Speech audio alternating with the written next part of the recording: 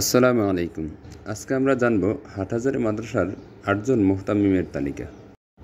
প্রথম মুহতামিম মাওলানা হাবিবুল্লাহ কুরাইশি রহমতুল্লাহ আলাইহি ১৯০১ থেকে ১৯৪২ সাল পর্যন্ত মোট ৪২ বছর মৃত্যুর আগ পর্যন্ত মুহতামিম ছিলেন।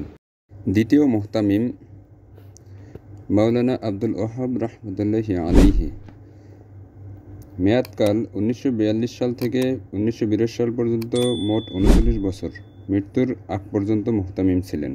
তৃতীয় মুহতামিম হাফেজ মাওলানা আব্দুল হামিদ সাহেব রহমতুল্লাহ আলাইহি, মেয়াদকাল ১৯৮২ সাল থেকে ৮৭ সাল পর্যন্ত মোট ৫ বছর, মৃত্যুর আগ পর্যন্ত মুহতামিম ছিলেন। চতুর্থ মুহতামিম মাওলানা হাফিজুর রহমান পীর সাহেব হুজুর, ১৯৮২ সাল থেকে ২৭ সালের মধ্যে মাত্র ৬ মাসের জন্য মুহতামিম ছিলেন।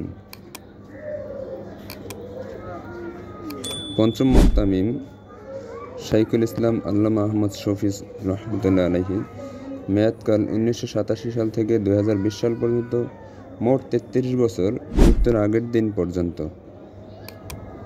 ষষ্ঠ মুহতামিম মুফতি আজম মুফতি আব্দুস সালাম চাটগামী রহমতুল্লাহ আলাইহি, মুহতামিম ঘোষণার পর দায়িত্ব বুঝে নেওয়ার আগেই তিনি মারা যান।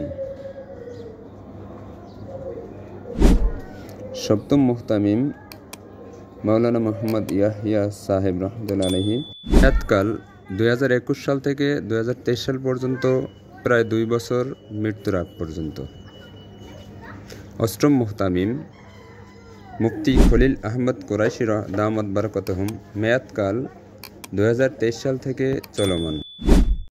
ভিডিওটি ভালো লাগলে শেয়ার করে সবাইকে জানার সুযোগ করে দিন।